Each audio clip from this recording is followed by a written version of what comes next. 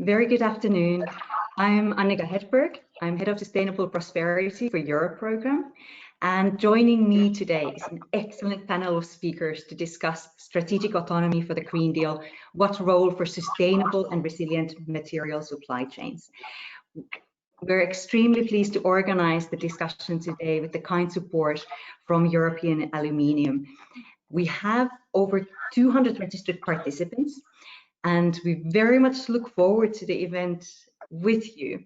But just to say a few practicalities and to allow us for a smooth event, we'll first of all start with introductory remarks. This will be followed by a Q&A. And if you're interested to ask questions, there are two ways for you to do that.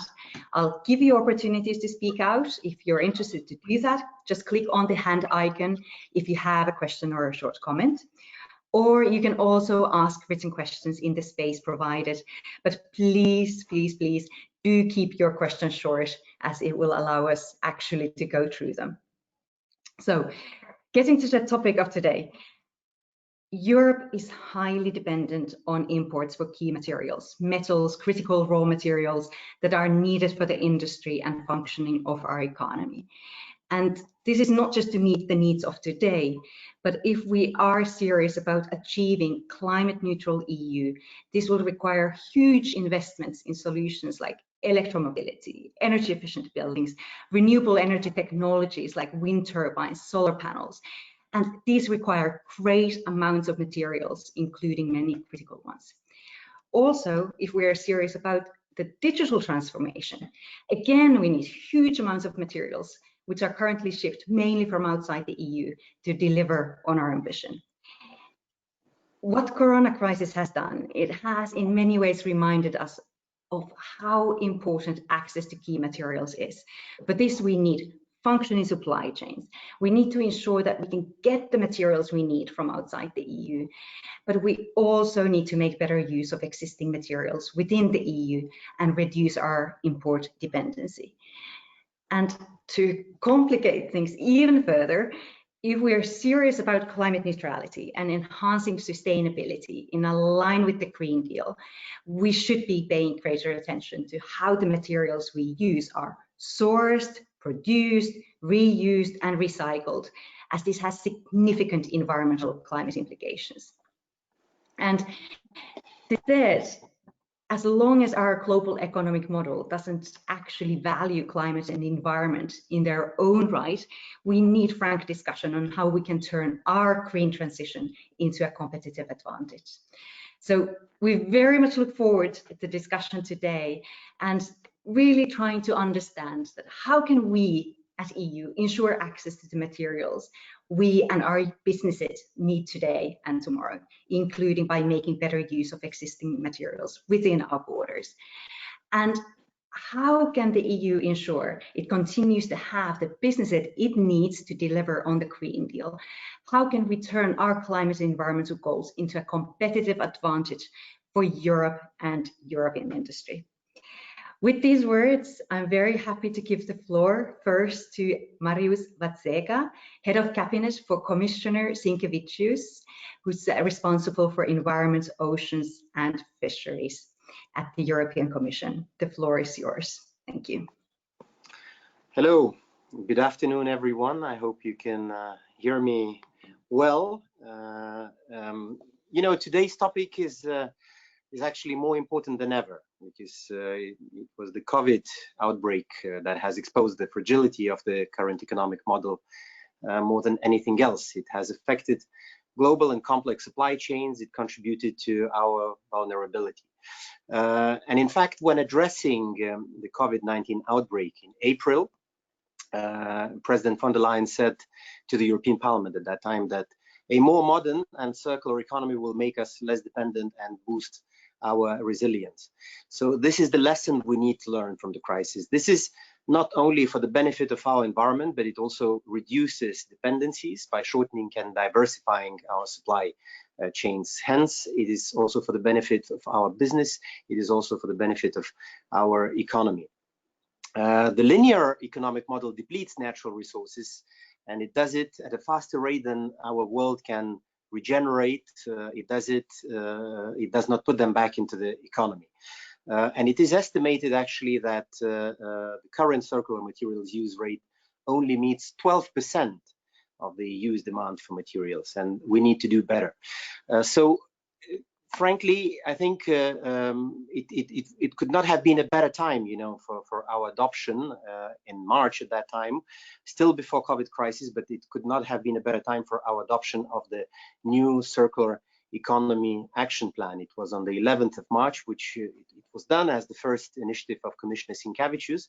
And I'm happy that it announced a series of actions to change how Europe produces and how Europe consumes. So the new action plan puts the focus on preventing waste in the first place. There are 35 initiatives included in that action plan. They aim at making sustainable products, they aim at making sustainable services and business models the norm and not the exception. In fact, the action plan starts by proposing to transform how we design products in Europe. To make them more circular and resource efficient, reducing waste and minimizing environmental impacts throughout their life cycle. It is in fact estimated that 80% of these impacts are determined exactly at the design phase. Well, secondary raw materials, they face a number of challenges in competing with primary raw materials for reasons not only related to their safety, but also to their performance, availability, to their costs. And a number of actions are foreseen in the action plan, notably introducing requirements for recycled content in products, and that will contribute to preventing a mismatch between supply and demand of secondary raw materials, and it will also ensure the smooth expansion of the recycling sector in Europe. Furthermore, to establish a well-functioning internal market for secondary raw materials, we in the Commission, and in particular from the point of view of Commissioner Sinkevičius, we will assess the need to develop further EU-wide end-of-waste criteria for certain waste streams based on monitoring of member states' application of the revised rules. We will enhance the role of standardization based on the ongoing assessment of existing standardization work. We will make timely use of restrictions on the use of substances of very high concern in articles for cases where the use of the substance is subject to an authorization requirement, and we will assess the feasibility of establishing a market observatory for key secondary raw materials. The demand of raw materials will double by 2050, and it will make circular economy and a more diversified sourcing essential to increase Europe's security of supply. This is especially true for those raw materials that we assess as critical, meaning that they are of strategic importance to our economy and that their supply risk is high, for example, due to limited access. These critical raw materials are vital to the twin green and digital transition, which is at the heart of our recovery and our resilience efforts. So a vision for new actions to improve Europe's supply chains and strengthen our resilience when it comes to critical raw materials has been developed last week. So it's also a very timely time for this seminar, a very timely date for this seminar, because exactly on 3rd September, the Commission adopted a communication on critical raw materials resilience, and we presented the 2020 list of critical raw materials and proposed 10 actions to strengthen the sustainable supply of these raw materials, including efforts to broaden international partnerships on access to raw materials. So these 10 actions will make Europe's raw material supply more diverse, more sustainable, more resilient, and I can summarize them along 4 main strands. One is to develop resilient value chains. We have certain gaps in the EU. For example, we have no capacity to refine lithium, and we are very vulnerable on rare earth and magnets, for example. So the European Raw Material Alliance will deal with these issues. Then there is also reduced dependency through circularity, another strand of work which we are planning to undertake, and that aims to improve circularity of critical raw materials in particular. This means improving design of products so that useful materials can be recovered from them at the end of their lifetime. And of course, this will reduce the need for primary raw materials in turn. Then it's also about EU sourcing and processing. the EU has the capacity and resources to mine certain critical raw materials in a sustainable way, and we have to achieve that. And fourthly, it's the diversifying from third countries. We want to diversify supply away from highly concentrated supply chains. This can be done by developing strategic partnerships with resource-rich third countries. We can also do more with the resources that we have here in Europe, where we already have a strong environmental and regulatory framework to ensure these operations are sustainable. So, and I'm coming to the end of my introductory words, and of course I will be happy to participate afterwards in the discussion. But I think that the current enormous appetite for resources, for energy, food, for raw materials is frankly putting extreme pressure on the planet, accounting for half of greenhouse emissions and more than 90% of biodiversity loss and water stress. So we need to address this. And with the Green Deal, with the Circular Economy Action Plan, with a new initiative which came out last week, we can make the circular economy the new normal. We can achieve climate neutrality by investing more and more in materials efficiency and circularity. Thank you, and as I say, happy to address questions afterwards. Thank you so much, Mr. Vaščega. It's great to have indeed the event this week, as we have just a new initiative out on the table from the Commission, and we'll be happy to come in with, I'm sure, with some questions and further questions on the strategy. Just to build on what you already said, as a next speaker we have Klevnäs, partner from Material Economics, and it would be great to hear your thoughts and views on what are the needed materials and value chains when we are attempting to go for a more competitive and sustainable European economy. And we've already heard that indeed there is new awareness also from the Commission side of what are valuable materials in the context of the critical critical raw materials, in building critical raw materials resilience. But it would be great to hear your thoughts on whether we are on the right track and what needs to be done. Thank you. Thank you, Annika, and good afternoon, everybody. I join you from Stockholm today. Material Economics is a small consultancy that specializes in resource and climate and related topics. And we have worked extensively on circular economy and on the material systems, as we like to call it. If you ask now a business leader or a senior decision maker or policy maker what the future energy system might look like in 2050, then you will get a range of answers. But people will know there's something to do with renewable energy and smart grids and energy storage and so on. If you ask the question, what does the material system look like in 2050? You mostly get a counter question, what is the material system? This needs to change, both for climate reasons, for strategic reasons, for other reasons. How we produce, procure, and use and handle materials will be extremely important. When we talk about, in the introductory remarks, which I enjoyed very much just now, we of course got many of the strands that we need to talk about here. We're dealing with supply that's often very concentrated, and with often the dependence on single countries for very important commodities. We are dealing with demand patterns that are changing, as you said initially, Annika, with large increases with new economic activity and criticality of some of those. And we're dealing with fragility to some extent. But the COVID crisis has really exposed that, and any company you will talk to now is already before this pandemic was looking at a series like reshoring and about how good an idea it was to really break up supply chains as much as we have done, and now we'll have taken further steps towards that. I would also mention the much greater uncertainty in global trade environment, which has put less, we can put less faith perhaps in trade being uninterrupted for other reasons other than pandemics.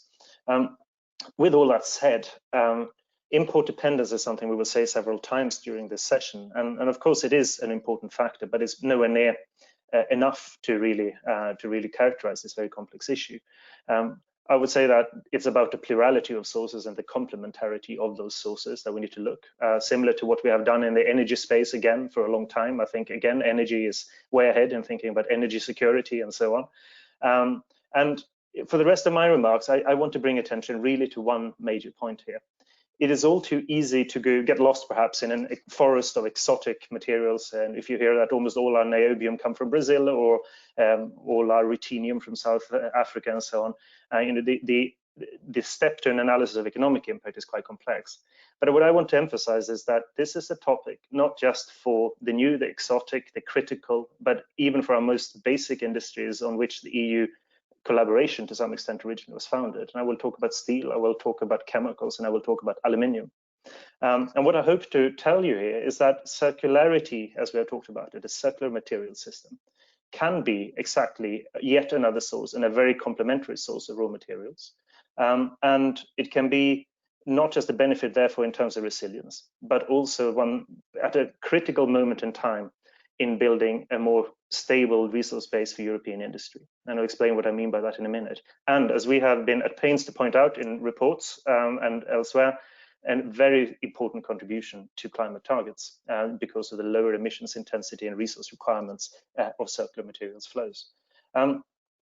Of course, this is not the whole picture. We do need to develop new supplies. There's a big debate to have about environmental permits at the time when we need to build new extractive industries and new infrastructure all across Europe. And of course, something else that's very close to our hearts, we can get much more economic value from the materials we used through new business models that use the materials better, whether that's sharing, whether it's repair, whether it's reuse, whether it's longer lifetime, modularity and flexibility across all our big value chains, from automotive to construction to durable consumer goods to other ones. But if I now zoom in on circular materials, if I start with steel, it is perhaps the poster child of a successful circular material system. And yet we are now in a situation where Europe has gone from being roughly equal in export and import of steel scrap to exporting an ever larger share of the steel we have finished with. While Europe still has some of the most innovative and in some respect successful primary steel industry. Now, the steel industry is grappling with how to transform an industrial process in ways that has not been done for, I do not exaggerate, a millennium, in finding new technologies based on hydrogen as a reductant, and finding new ways of carbon utilization and so on. And in this move, we'll need to rebuild its entire production base. And there's an enormous synergy here in switching to a new production system based on electric arc furnaces, based on new technology, to also make much more use of secondary steel, end-of-life steel as a critical input. That the traditional division of secondary materials being slightly the bad boy, the low value, can change in one fell swoop here if we build the right incentives for it. And so in an industry that is incredibly challenged, we're seeing enormous structural overcapacity, another issue that to really talk about here, where some countries build out enormous capacity that then challenges and leads to closures elsewhere in the world, where externalities, notably CO2, is not priced in international market prices. Europe really has to make for a completely new industrial push if it is going to have an steel industry at all. And I would suggest that one that integrates circularity with new low carbon production technologies is a major opportunity here. So if industrial policy and circularity and low carbon go hand in hand for steel, I would say the opportunity is a dizzying thought, but the opportunity may be even bigger for chemicals. Where Europe imports, like we do import much of our iron ore and much of our coking coal for steel, we import oil, ultimately then turned into naphtha, into other feedstock, especially for petrochemicals, and have a really quite prosperous industry of innovation and value addition on top of that. Again, an industry challenged by volatility, about overcapacity, especially in plastics production, and of course a challenge that the very stuff out of which products are built is a fossil feedstock that has an incredibly difficult fit with a low carbon economy. And finally, of course, all the familiar volatility that come with dependence on oil and to some extent natural gas and geopolitics of it.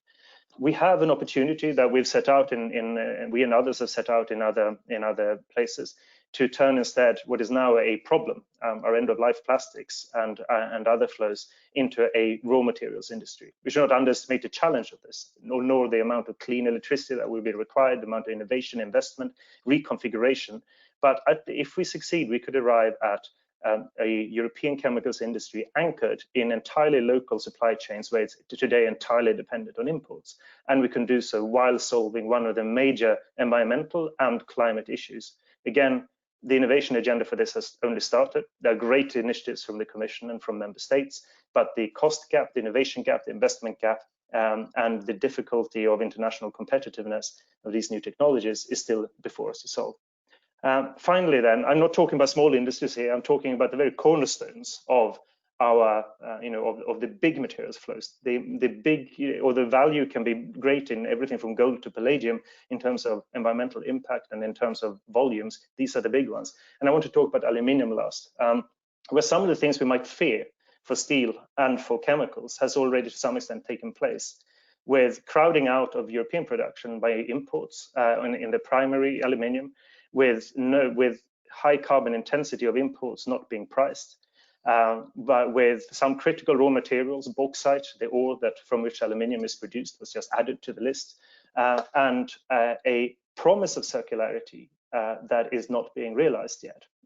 We have a lot of aluminium recycling in Europe, but in work done by European Aluminium and others, it's clear to see that we have a much bigger opportunity ahead of us. In fact, we could go from something like a third of aluminium coming from recycled material to more than half by 2050. But we could only do this not by slightly expanding what we do today. The current trajectory is one where we will export this aluminium instead and continue to increase our imports as the market grows of aluminium produced elsewhere. And so we are both an exporter of a relatively low value material and importer of a high carbon, high value material. And the alternative here is very clear. By investing in sorting, in technology development, in making sure that products from the beginning are possible to recycle, by separating grades of aluminium, we could arrive instead at building a European industry where investments are in Europe, where jobs are in Europe, and where the value creation is here, and to boot, again, reduce the global carbon footprint substantially. So in all of these major materials flows, we have a great confluence right here, right now, between resilience, between European reindustrialization, and between climate protection. We can talk more in the session about what it takes to get there, but I think establishing that vision is the key first step. Thank you so much, Mr. Klevnäs. I think that what you make an extremely important point, or several extremely important points, and I'll be happy to come back to you also on the incentives, because we see that arguably, when we're talking about the demand for sustainable materials, arguably the demand should start from Europe, and we are seeing a problem with that as well, is that the demand often tends to go within other European industries, tend to go for the cheap and carbon intensive materials from outside. So how do we create the incentives for European businesses, first of all, to uptake the more sustainable materials that are already there developed, and we're talking about secondary materials, etc. So happy to come back to you on the incentives, because I think that that's extremely important. As a next speaker, we have Dr. Christoph Epping, Director for Resource Protection and Circular Economy at the Ministry for the Environment, Nature Conservation and Nuclear Safety at the Federal Republic of Germany. Obviously, all the eyes are on Germany at the moment because of the presidency, so it's very interesting to hear from you, and great to have you here to talk about the developments during the presidency. Thank you very much. Yes, thank you very much for inviting me to take part in this interesting meeting and to talk about how to build up new and to strengthen existing supply chains for materials which are strategic, like aluminium, for example.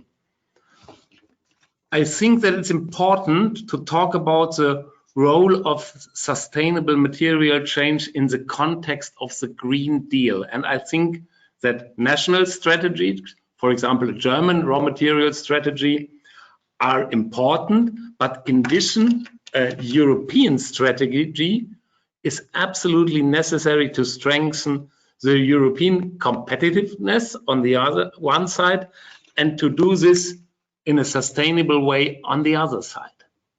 That is why the Green Deal is important for all Europeans. And that is why the new Circular Economy Action Plan of the EU Commission, published in March, must be successful. And let me say in simple words, and that is why I agree with Marius Vaščega in every single point he mentioned. There we go, align Germany and the European Commission, I think. The action plan contains a comprehensive list of measures that aim boosting circularity and resource efficiency in Europe, and that can help us to make our economy more sustainable and more resilient. And this is important and come to the forefront of public attention recently during COVID-19. And in addition, there is no economy without resilient supply chains of materials. And the current situation shows once again that keeping products in use longer and creating valuable secondary raw material streams in Europe not only helps the environment, but can generally benefit our economy too. There are win-win solutions possible. We think that the Commission's Circular Economy Action Plan and its various measures will lead the way to a more sustainable future in Europe. We want to support, as Annika Hedberg mentioned, the Commission by preparing good and helpful Council conclusions on the Circular Economy Action Plan during our presidency, which hopefully will be supported by all member states. I would like to point out one important aspect in the Circular Economy Action Plan that I fully agree with Annika Hedberg in her opening remarks. I think we should look on the intrinsic link between the circular economy and climate protection. Circularity and resource efficiency are vital elements for reaching climate goals. And I'm confident that the agenda set out in the new Circular Economy Action Plan will help us on this way. We are deeply convinced that more circularity is one of the main keys to strengthen the European economy, to make it more climate friendly and to make it more sustainable in general, and thus to make it more competitive. And I just want to look at one example which can help us to look on the way to the future, and I want to look on packaging and packaging regulation. Because of talking about packaging will focus us on some basic demands and principles which we can transfer to other materials and products. So it's correct and a good way that one of the main topics in the improvement of the European packaging legislation. The amount of packaging still increases all around the globe. Littering for many single-use materials takes place, and they pollute the environment and in particular the oceans. On the global level, we need to increase our efforts to put all three basic principles of waste reduction in practice. And this will help us on our way to more circularity. First of all, reduce the amount of material needed. We need to reduce, in this case, the amount of packaging materials. Sometimes large, as you know, and you receive on your house door, large corrugated cardboard packages with a lot of unnecessary free space inside arrive at my door. We could save a lot of material by designing packaging a little bit more user-orientated. Second, reuse. Well-organized reuse system on B2B and B2C level would help us to avoid a lot of materials used for packaging. And third, and this is important for closing the loop, recycling. Recycling of all materials helps us save raw materials and energy. Most important, and this was mentioned by Klevnäs, is a good waste separation starting in each household and each company.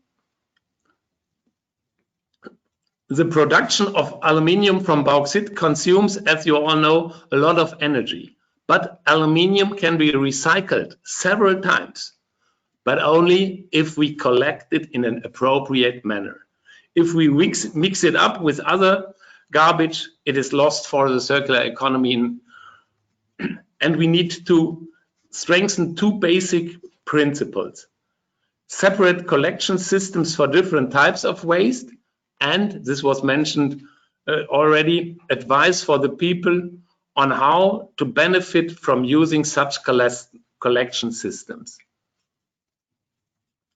From my point of view, another important point, we need different materials for the different demands materials have to fulfill. Sometimes we hear something like plastic bashing, and I think it's not a good way to act with, although people dealing with aluminium may think it's a good idea to say plastic is bad and aluminium is good, but I don't think that's an appropriate way to manage it. I think it's important to look at the different demands. Back to my example, packaging. Sometimes glass is perfect. I like a bottle of beer. Sometimes plastic fits well, sometimes corrugated cardboard, and of course, sometimes aluminium. And so a total ban of some materials is not the solution. And sometimes it's not a solution, for example, to replace a lightweight plastic bag with a paper bag. Sometimes using aluminium may fit best. The worst is to use materials just in a linear economy. All speakers before me do agree. Linear economy squanders scarce resources, and the waste produced often harms the climate and the environment. And coming to the end, I am deeply convinced that smart regulation is one of the driving forces for circularity.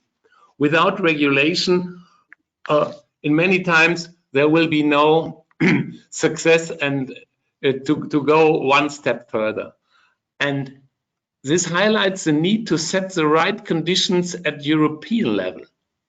An efficient recycling infrastructure and a well-functioning secondary raw material market that feeds back resources into the economic cycle are the two basic elements that help our climate, our economy, and at least our societies. Thank you very much. Thank you very much, and Dr. Epping, for this overview, and can't but say all the best for the Council conclusions. Indeed, hopefully will be supported by all member states.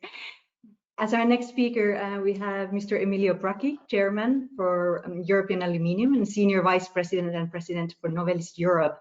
We've heard a lot of references already being made to aluminium, so looking forward to your reflections on the state of play at the moment. Thank you very much. Thank you, Annika, and thanks also to my predecessor panelists for talking about already many different features on aluminum.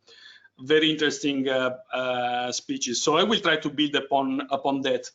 First of all, just a short introduction of myself. I'm the president of Novelis Europe. Novelis is the largest producer worldwide of aluminum raw product, and I'm here on behalf of the European Aluminium Association, which is quite a large association. If we go to the next slide, you can see how large and important it is for our European value chain. So, Natalie, can you flip to the next slide? Perfect. So we're talking about an industry which is including more than 80 members, directly and indirectly employing more than 1 million people. I would like to focus on the right side of this slide. We've talked about recycling and circular economy. I will go back on that. For me, it's very important to highlight one factor. Aluminum is a material which is perfectly recyclable. So it's something on which you can build the same product again and again without losing any property. So without mentioning other materials, it's not like taking a bottle of another material and then you're using the scrap or the used bottle to produce a bench or a carpet. This is for us downcycling. It's not a fully circular concept. With aluminum, it's completely different. We're picking up and collecting the scrap, whether it's pre-consumer or post-consumer, and we are producing exactly the same material. As Christoph was mentioning rightly before, what is very important and the key feature for the future of the circularity of this material is to have the right collection at the end of the use. So we can sort, we can select, but it's very important that we're collecting in the right way. We go into the next slide. Here you can see some of the key applications. I mean, aluminum is everywhere. It's on your mobile phone, on your laptop. It's on your window profile, on your roof. I can go on and mention a lot of applications.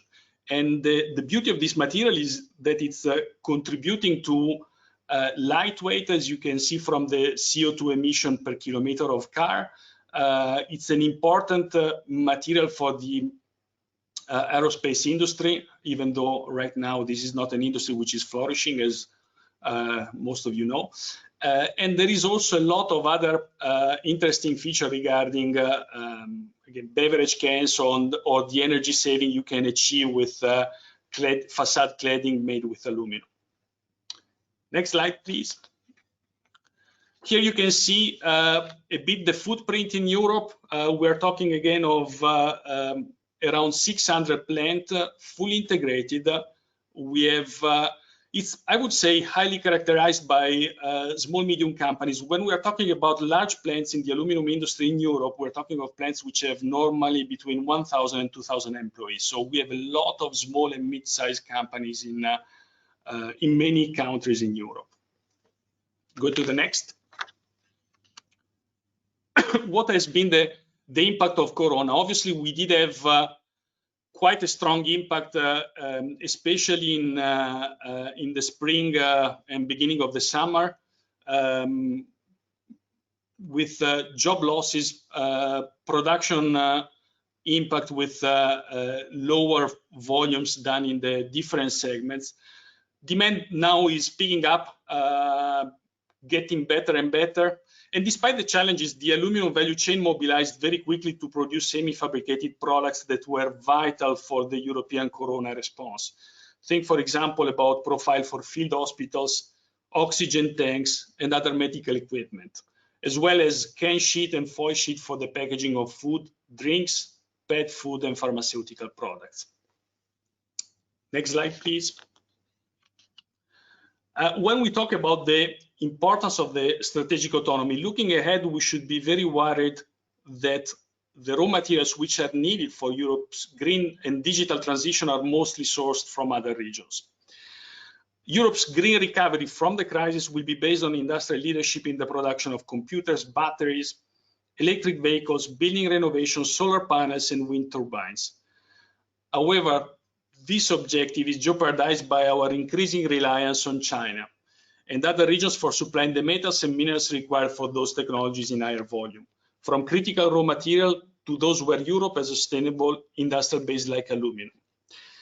Last week, the European Commission added bauxite, the aluminum-rich ore used to produce primary aluminum, to the list of critical raw materials, in recognition of the aluminum value chain importance in enabling the digital and green transition and the risk of a disruption in the European supply of bauxite. The European Commission also confirmed that base metals like aluminum will be part of the Raw Material Alliance, an initiative supported by our industry. Aluminum is not considered today as critical raw material, but there is a real risk that it becomes critical if all production is left to China, like it is already the case for magnesium, where we have seen a huge transition of production from Europe to China. The Chinese threat to the European aluminum industry is significant because of its massive subsidies, excess production, and dumping of our products on our market. just think that the primary production in China is increased from 11% of the global production to 57% in the last 15 years, and shows no sign of decreasing despite a weaker domestic demand. China's massive excess capacity makes it capable of entirely replacing the European aluminum industry with a significantly higher carbon footprint. Right now, the carbon footprint of the primary industry in China is 3 times higher than the European one. China is leveraging the corona crisis to ramp up aluminum production even further. In July, they even broke the primary aluminum production record by producing 3.1 million tons in one single month. This is basically equivalent to 3/4 of the European production in 1 year. The full effect of the corona crisis are not yet visible, but history has shown us that the global crisis can seriously harm our industry. In the aftermath of the financial crisis in 2008, Europe lost 1/3 of its aluminum primary production capacity. Next slide, please. We contribute to many of the industrial ecosystem of the Commission already defined, such as mobility, aerospace, construction, electronics, and defense, but we haven't been listed yet as separate ecosystem. The current European primary production does not suffice to cover the present and growing demand for aluminum. However, replacing European primary production with imports from other regions will increase the total carbon footprint, as I was mentioning before, and as you can see from this scheme. Per was mentioning before that in our Vision 2050 target for the aluminum industry in Europe, we are aspiring and targeting to get to 50% recycling content in our products. This is something that it's not just an aspiration. We as a company, Novelis, is already producing 60% of our aluminum products from scrap. This is technically feasible. Obviously, we will need to see a higher collection of scrap, sorting, a better sorting as well in the market, but technically it's feasible. In addition, our industry efforts are not only restricted to the CO2 footprint, the carbon footprint and the CO2 emission, but complying with a demanding European regulatory environment, our industry has also set voluntary commitment under its Sustainability Roadmap 2025, from responsible production and sourcing to waste management, higher recycling rates, and employee welfare. Now, more than ever, we need protection against unfair international competition and carbon leakage, as well as supporting our decarbonization efforts. We urge the European Union to address the competitiveness challenges we face and recognize the strategic dimension of our value chain for Europe's future autonomy. This includes prioritizing efforts to support our industry in the upcoming alliances on low carbon industries and raw material. Next slide, please. Let's talk about the Circular Aluminum Action Plan. So achieving the aluminum full circularity in Europe is part of the solution to reinforce Europe's open strategic autonomy. By increasing its recycling rate, Europe will reduce its dependency on high carbon imports and its exposure to the risk of supply disruption because of trade tension or the corona crisis. You might remember that it was more than one year ago, there was a sort of ban on Rusal, which has heavily affected the European industry because of our dependence on Russian imports of primary metal. So the circularity will also help to create jobs, generating income for the economy and reduce the CO2 emissions. That's why European Aluminium developed its Circular Aluminum Action Plan, which provides a roadmap for European policymakers and the European aluminum industry to work together full circularity by 2030. Let's go to the next slide. And this is my final slide. I would like to sum up on summarize on the 4 keys to a well-functioning aluminum supply chain. The first point is that Europe should better incentivize circularity potential and prioritize funding of the circular economy in the recovery plan to ensure Europe has an increased capacity and the reliable supply of recycled material. In particular, the Recovery and Resilience Facility, InvestEU, and the Just Transition Fund should give priority to investments in modern collection and sorting infrastructure and technologies if Europe wants to achieve its ambition of the Circular Economy Action Plan. Second point, which is very important, is about the trade policy.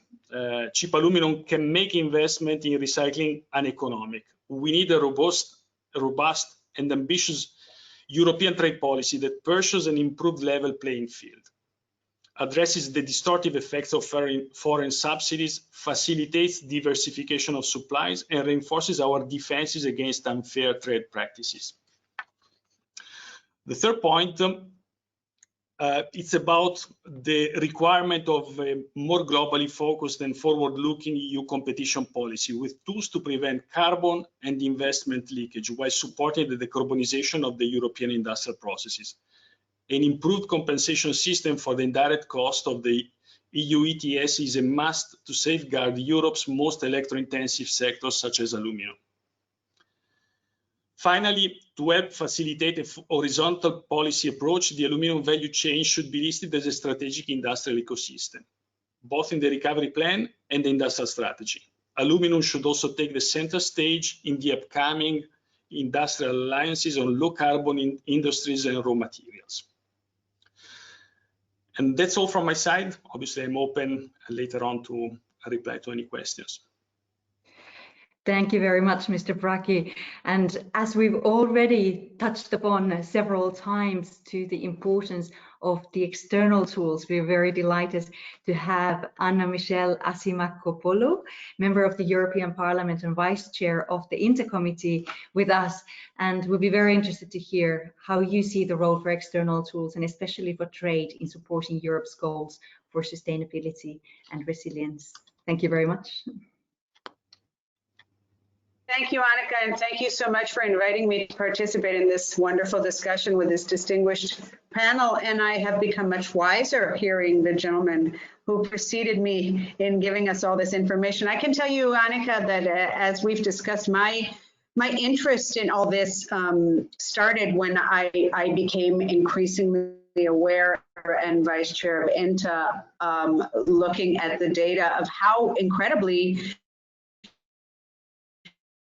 and other regions for supplying the raw materials that are necessary so that we can achieve these very ambitious and valid climate neutrality objectives and also our actions. So I realized all of a sudden that the European Union had become very, very vulnerable. And I think that COVID-19 has made all of us realize how vulnerable we are to worldwide supply chain disruption.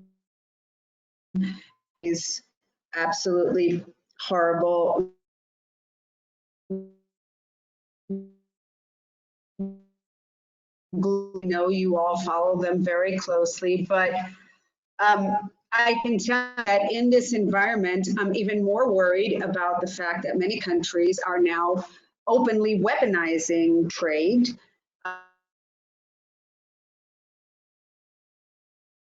By taking all these actions against Australian beef and barley and wine after Canberra called for an international investigation into the origins of the coronavirus. And we've already had lots of details from Emilio on what's going on in aluminium, and this is what's going on in steel and silicon. Targeted to basically hurting the competition, and the competition is our industry. So it only proves that we have a real need to make sure that we have supply resilience and diversification in strategic sectors. And I think that this, we need to support them. That's why I'm very glad that when we took the initiative with another 65 members of my colleagues, members of the European Parliament last June, from all political groups and from 17 member states, and we sent this letter to the commissioners Breton and Šefčovič, and we urged them to adopt a very ambitious agenda for the raw materials sector. And I'd like to think that this was a small contribution to convincing them to act. Therefore, I welcome this action plan on critical raw materials that was just launched last week, and I think it's a very good example of how industrial strategy autonomy. trade is Asimakopoulou, if I may interrupt, you're breaking up a bit, so maybe it will help if you turn off your camera so the connection maybe is somewhat better. Sure. Thank you.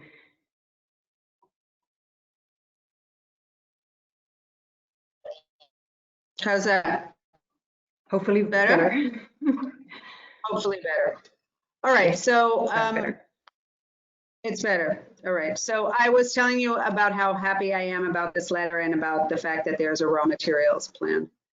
And I think that trade is going to continue to be a geopolitical issue, and that our of critical raw materials exposes the Union to a supply squeeze by resource-rich countries. Now, I'm sure you know, I'm learning, and so I learned that 95% of our aluminum, which is used for cars and wind turbines to electronic components, come from China, and they're a crucial part of steel alloys used for transportation from Brazil, and that 98% of borate comes from Turkey. So, you know, the key question is the EU be reliant on countries with which it has increasingly tense relationships? And I think the answer is no.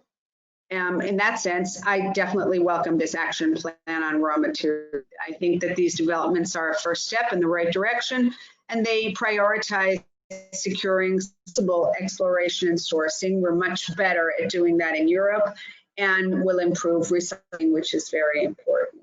So I'm Greek, so I'm very happy to see the critical raw materials list. Bauxite was included. And is everything okay still? Because I see here, okay, yes. So because Greece currently mines of the EU supplies, but I'm hoping that with the necessary investment, Greece could increase Europe's overall supply by 1/3, and that would reduce our reliance on China. So I had included at this point all this wonderful Emilio just gave us in his presentation about aluminium and steel. So I'll just, wrapping it up, that I think that the new commissioner some big shoes to fill, and that was not intended to be a pun, but definitely he does. And I don't think that the European Union's trade stance is going to shift. I mean, open strategic autonomy is the name of the game, and that'll be the name in Parliament too. And our not looking at anything different. We need international and domestic that are both diversified and resilient, and we also need to engage with our global partners on the basis of our values. This is why you'll I think hear that Mercosur is going to run into some problems now. The Chancellor Merkel was about what's going on in the Amazon and how that's going to affect our negotiations there. And I think our trade agreements with Australia and New Zealand might be more realistic and to move quickly, just to give you an idea of what's on our agenda in Parliament.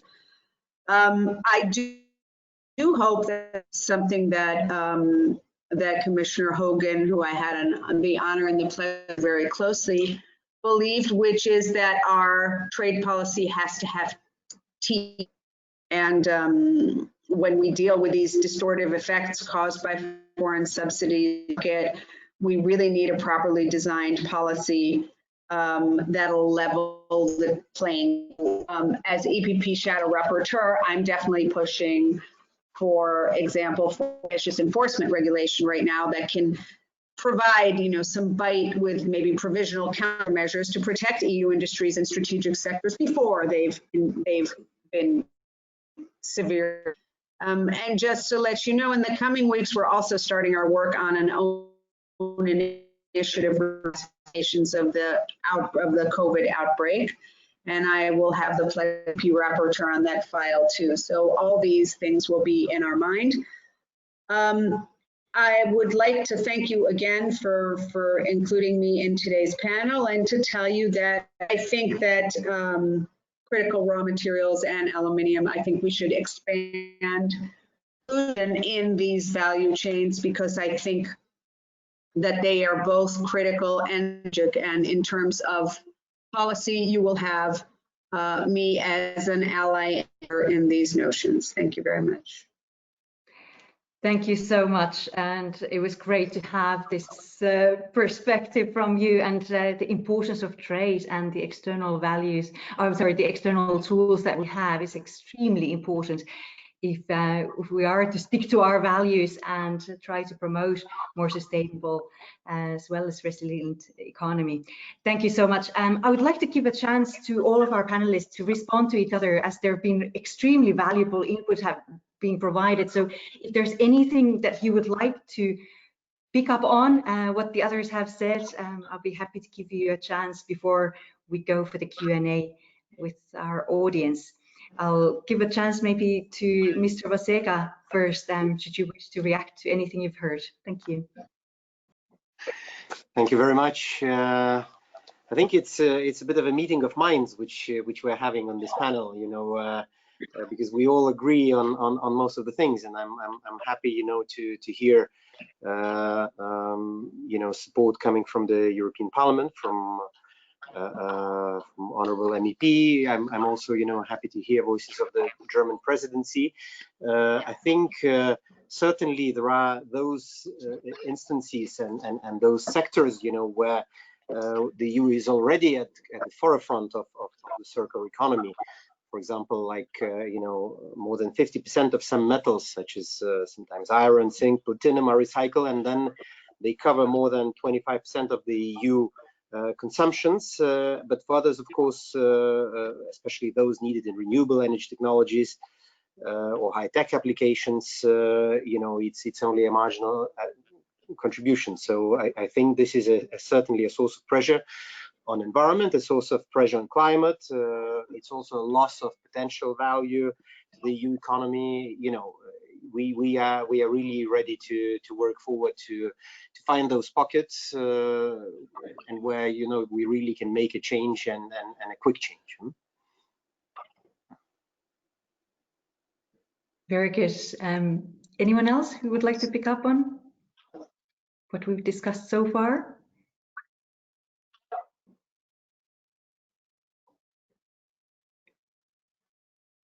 If not, I'll be happy to pick up on, we've received several questions already, and I'll be happy to pick up on some that have been addressed to you so far. We had a question from Annelien Kekere, and she was asking about primary production, and there's another related or similar question coming also from Nick Keramidas, also on primary production. So I'll try to group these together. On, first of all, on boosting primary production in the EU. So what do you see a role for this? Obviously, we've been talking a lot about circular economy, but what should be done to actually ensure that we do boost more of the European production, as that will remain extremely important.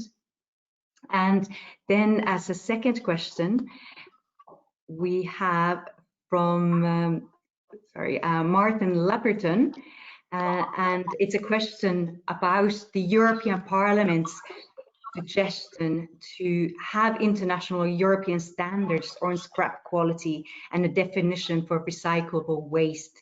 So it would be great to hear what you think should be the way forward, and whether there is prospects for this, as arguably this could be extremely important to keep valuable scrap also within the EU. And I'll pick up on also, there has been a comment on the importance of separate collection, and just re-emphasizing what has been discussed here as well, how important that is to ensure proper recycling. And as a last question I'll take is the role of research and technology organizations in increasing usage of recycled aluminium. And and this is question from Heise Kalaraga. So if I may pose these questions to you, and maybe we can start again with Mr. Vaščega, as there's a question several questions that you may be able to answer as well. Thank you.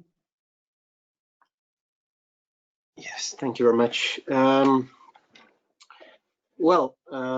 think one of the questions which was asked was related to the primary production and what we can do, to have the primary production within the EU. And I think this is exactly the question which is being asked now, especially now after the COVID crisis, because this is where the vulnerabilities have been exposed. So that's how we come to this idea, right? And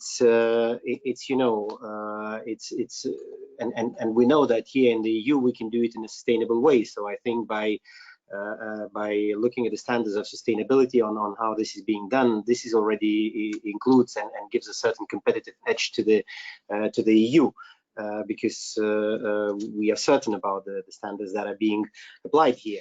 But I think there was also another question which has been raised, and that was related to the separate collection, which is obviously something extremely important when we are for whichever materials and for whichever when we speak about whichever waste chain and we think about how we want to reintroduce it back into production, separate collection is the most one of the most important things. Indeed, as a follow-up to the circular economy action plan, we will be looking at how to improve it. But I think what is also important is to make sure that the separate collection is possible, because it's not always you can easily do, right? It's that's why, you know, I would like to underline the sustainable products initiative that we would like to come up with, and that is in the making. It will take a little bit of time because sustainable products, and it's very difficult to develop one framework for all the products, but the idea as such is that, you know, from the very design stage you start looking at on how then afterwards you can make sure that, well, first of all, the products are used as long as possible and so on, so there is no automatic, you know, spoiling or automatic breaking of those products. That's for sure. But you also have to think on how you would use them afterwards, you know, how you can dismantle them, how you can take out those materials. And I think this is where the key to it lies. You know, the EU has some years ago already has started the revolution by making the energy efficiency as a goal and having the energy efficiency standards, and trying to put, you know, at the beginning there was some irritation about the light bulbs, which you know, and the requirements on those. But now I think everybody likes the fact that so much energy we could save with this. So the approach is a little bit the same with the sustainable products, and let's see where that brings us. And I think that will unlock, at least that's my hope, that will unlock actually also much better possibilities for separate collection. Very good, thank you. Mr. Braghi, maybe you will want to come back, especially on the questions for the standards, or any other questions you may want to pick up on.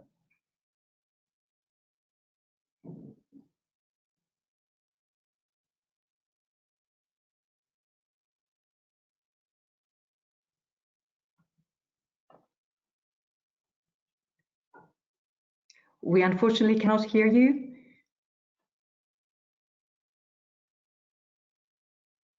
While you're trying to, unfortunately not, while you're trying to unmute yourself, maybe we'll go to Christoph Epping, if you wish to pick up on any of the questions, and we'll come back to Mr. Braghi.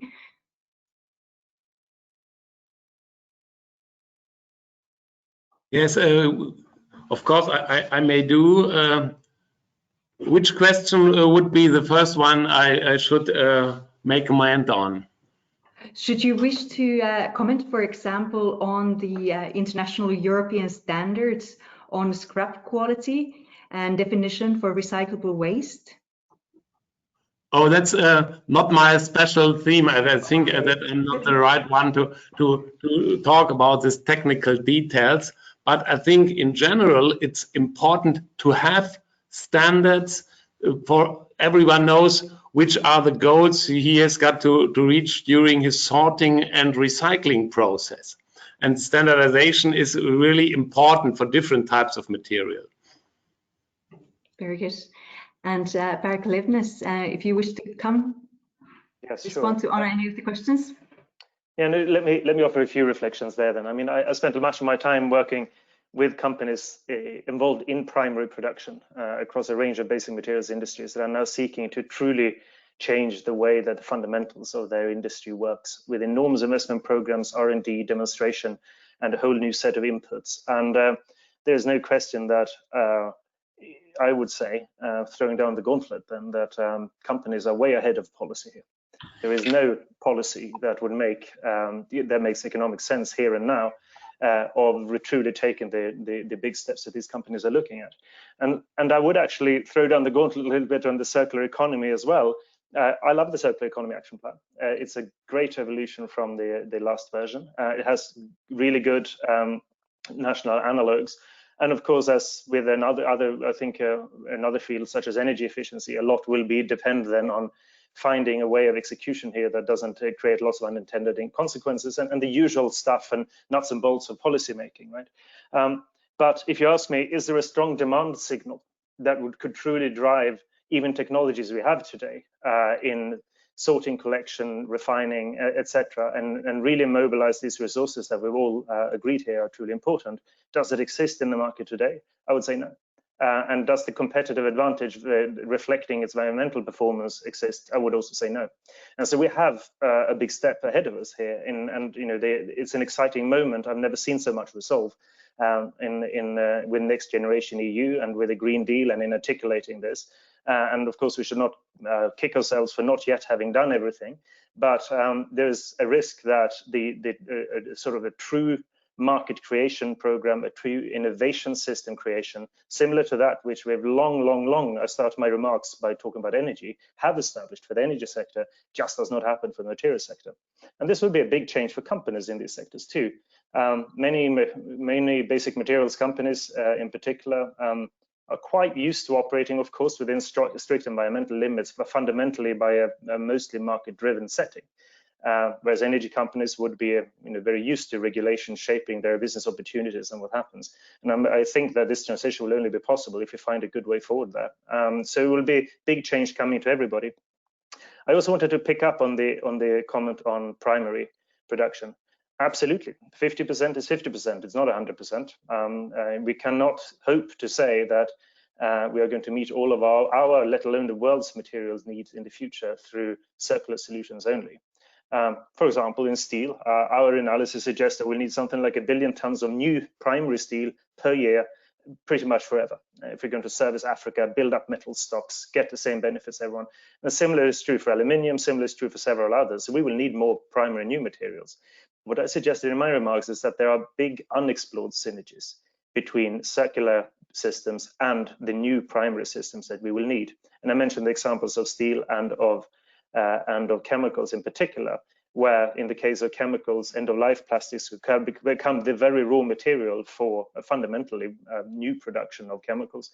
And in the case of steel, the processes will adapt so that end-of-life steel can be integrated with primary production in a whole new way.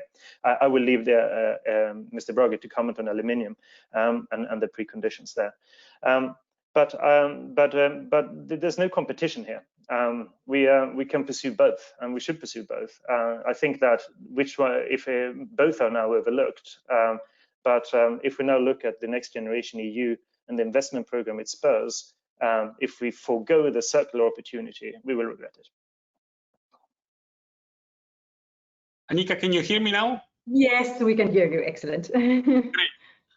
I would like to add a bit on what Marius was mentioning before, which is very interesting. I mean, there is one thing which will boost circularity is how we are designing our product and how the whole value chain is designing the processes. I will give you a very simple example that everyone can understand. So Just take the aluminum can, okay? I will not mention any brand, but obviously you have beer, you have sugar-based drinks which are using a lot of aluminum can. In this aluminum can, you have two different alloys. One is for the end, which is the top of the can, and one is for the rest. And the two alloys have a chemistry which is different. The problem is that when at the end of the value chain, you are recycling the used beverage can, you have a mix of the two alloys. So you cannot produce entirely the 100% of one of the other alloy using just the used beverage can. Could we work alongside the value chain to modify that? Yes, absolutely. If we were going for a uni-alloy, we would be able to have a 100% recycled content. And talking back or going back to primary in our vision is the requirement that we need to have in order to grow further the use of aluminum. But ideally, we should recycle everything which is in the value chain. And this, again, will require big efforts. How to defend and protect the primary industry in Europe? For me, I mean, there is one key aspect, which is supporting those primary industries which are using decarbonized electricity. So wherever it's possible to have primary production in areas where there is availability of decarbonized electricity, we should try to incentivize and protect that. You know, I mean, we are more and more asked by our customers to provide CO2 footprint calculation. Especially in the automotive industry now, the German OEM are getting mad and crazy in asking how much this part, this specific ton of aluminum is generating in terms of CO2 emissions. So we are getting deeper and deeper on that. And we see that with the average carbon footprint of the European aluminum industry, we are competitive, very competitive with other materials.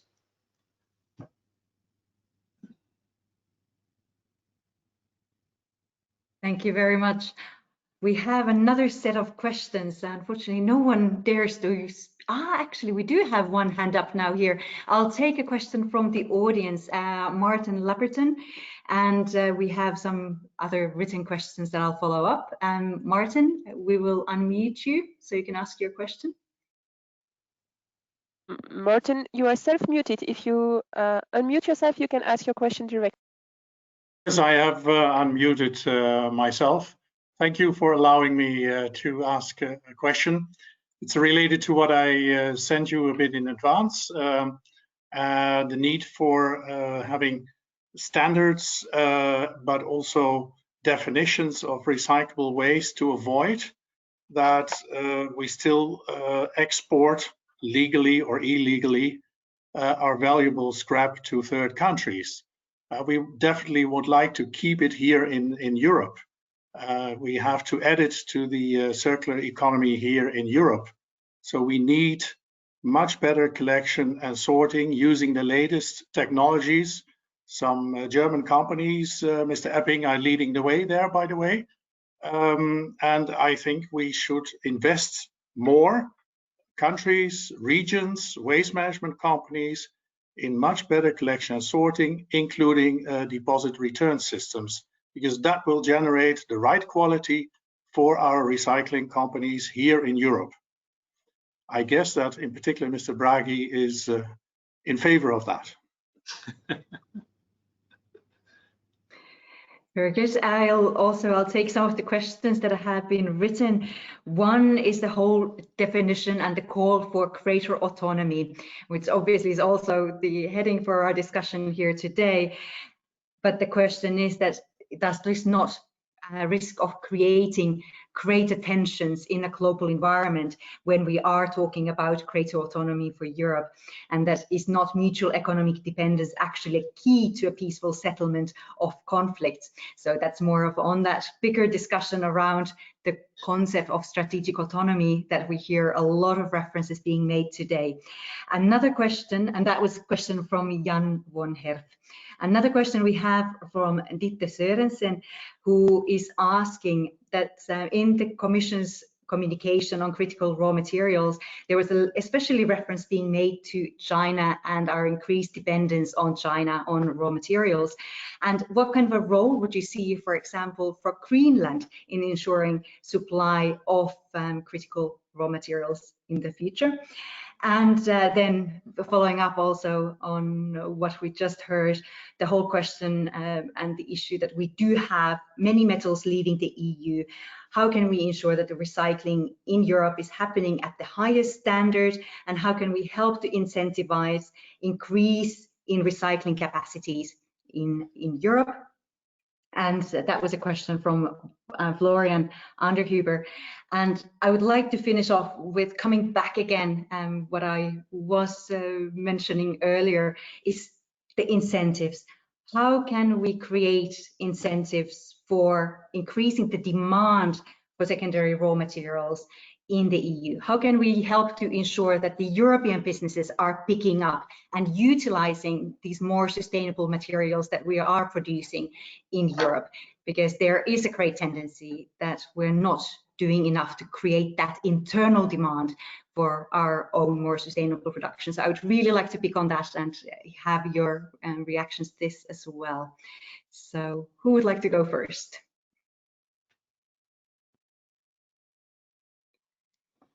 Then I will assign if Mr. Vaščega, if you are happy to go first. Thank you. Let me try. You know, I think I like the intervention which we just had. You know, about the fact that we need to invest in collection and sorting. This is exactly the point. Now we have just agreed on well, not yet finally agreed, but it's in the process. But the European Council has already given its blessing, its political agreement on a big amount of money coming in the next 7 years in the EU. Recovery and Resilience Facility, Next Generation EU. You know, COVID has actually created a lot of solidarity in the EU. In that sense, it's really, you know, the biggest ever amount that will be channeled through the EU, in particular through the EU, not through any other channels which are similar to EU, but through the EU. And I think what we have to make sure, and this is being done now, is that this money is being channeled not to come back to the business as usual, not to pre-COVID times, but exactly it would bring us forward. It would bring us closer to those aims and to those targets which we are setting with the circular economy strategy, with other strategies that are coming from the Green Deal. So that is the idea behind the so-called, you know, green and digital transition. So, you know, the work is ongoing. The negotiations between the Commission, the Parliament, and the Member States and the Council. But I certainly argue, and I am certainly in favor of actually having the right priorities and channeling the money also to the environmental infrastructure. And to me, environmental infrastructure also involves, you know, the circular economy, any infrastructure where we want to achieve circularity. I think it's a very good investment. It pays off. It's you know, it's really a good thing.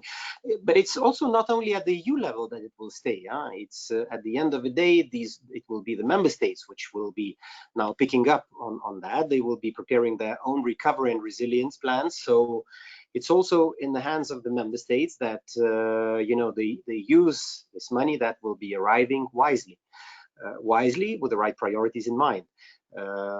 So I think, first of all, we have a demand for additional investment, and we also have, you know, we now also have means, or at least we will soon have those means, which we can channel there.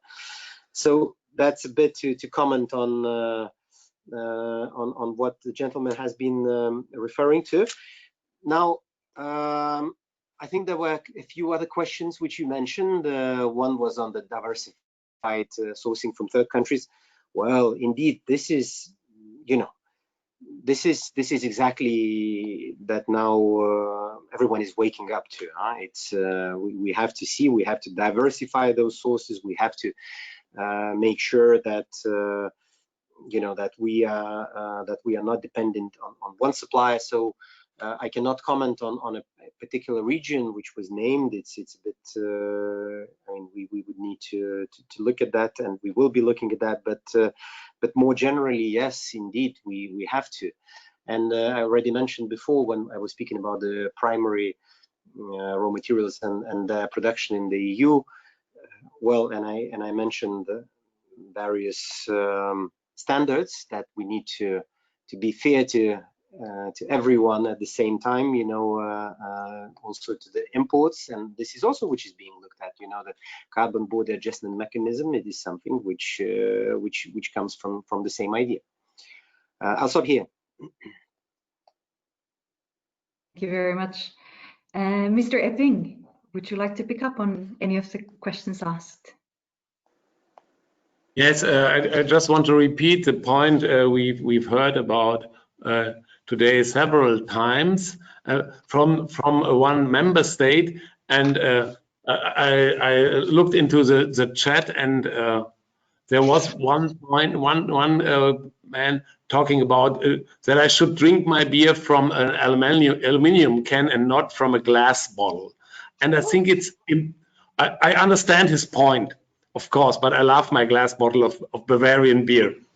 And I think, just let me say it in simple words, we should refer to the consumer's choices, and for each choice, we should have the consumers having the right way to handle the things.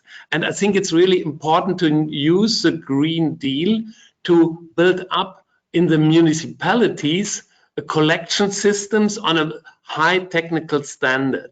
And this is one option which is always goes to the right direction. Just if you collect glass bottles, it's good, and if you collect aluminium cans, it's good too. And if you do not collect them and just dump them, it's bad.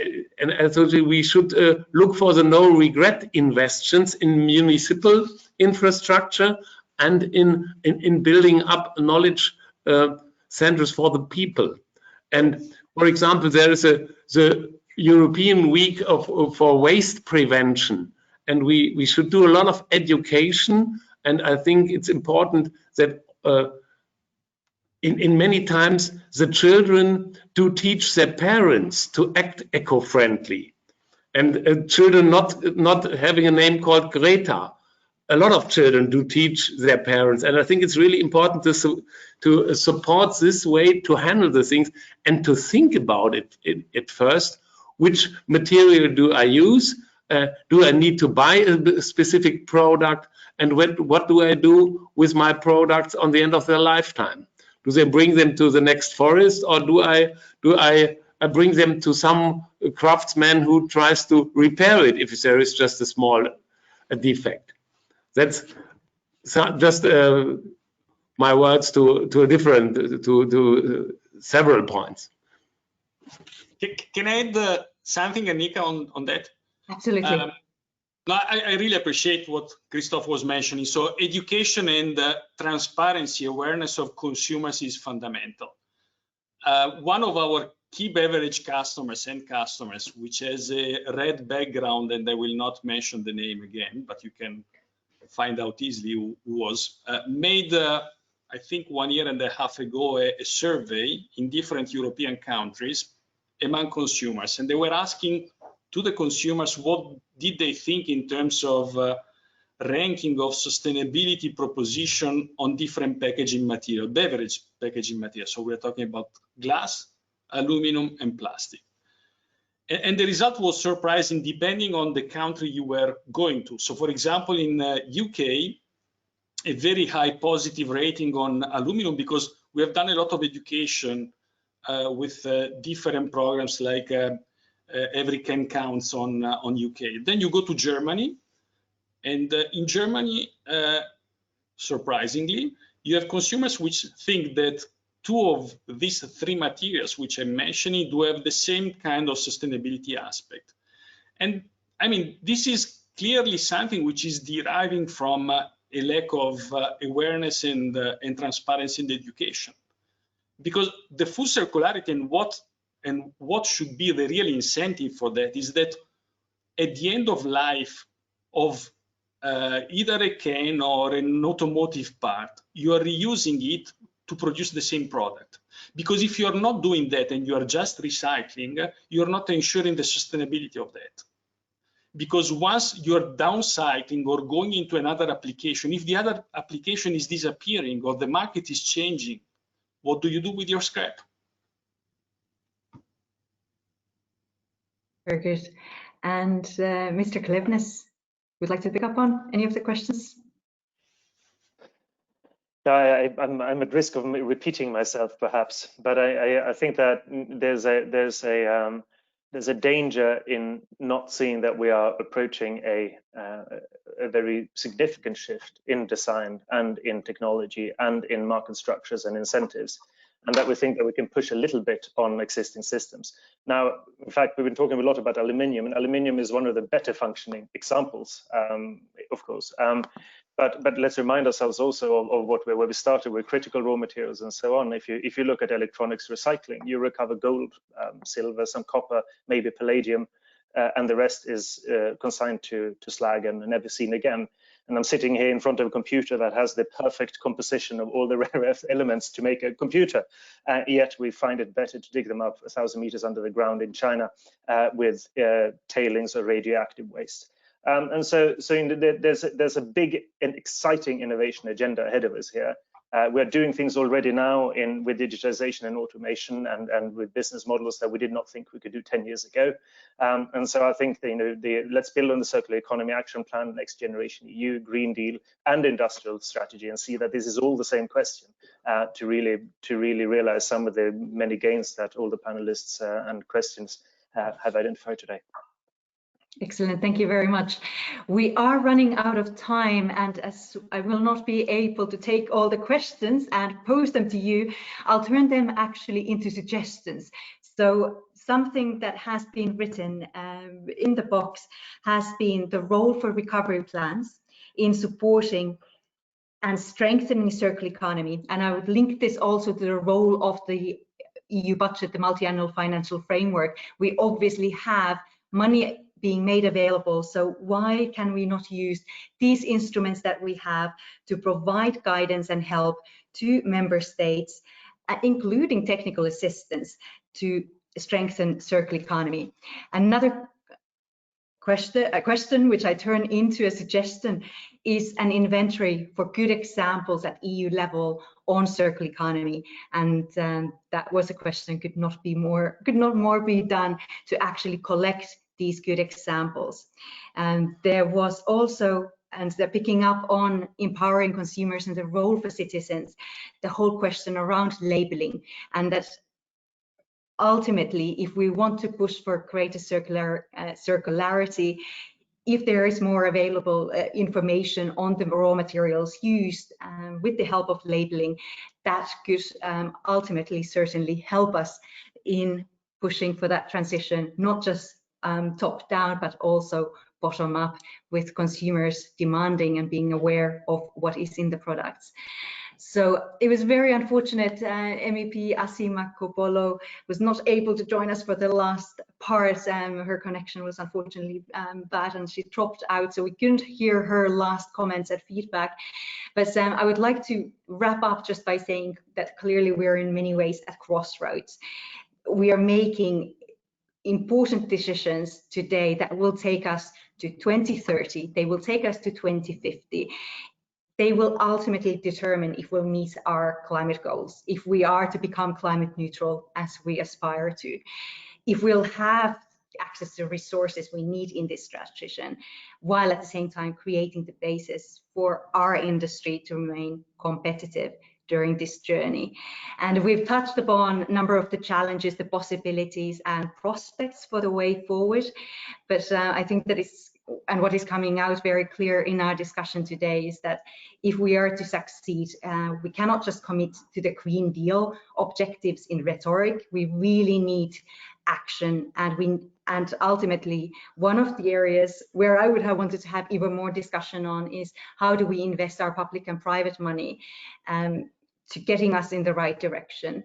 But then also it's extremely important that we send the messages to our global partners via use of instruments like standards and trade, so that they know the direction where we are going and utilize them to enable our businesses and enable Europe to go in the direction where we want. And obviously empowering consumers in this journey is extremely important as well. So I'm very happy that that was picked up at the end as well. So I would like to finish off with thanking our panelists for an excellent discussion. I think that we've raised numerous questions, and the debate will continue. Thank you for European Aluminium for joining us in this journey, for embarking on this discussion. We think that this is extremely important discussion to be had, and we very much look forward to continuing the discussion and finding the incentives and ways for us to become sustainable, competitive in the long term, and help us to get through the crisis that we are at the moment. So thank you very much for all of the speakers, and thank you for our audience for joining today, and we look forward to seeing you soon again. Thank you. Thank you. Thank you.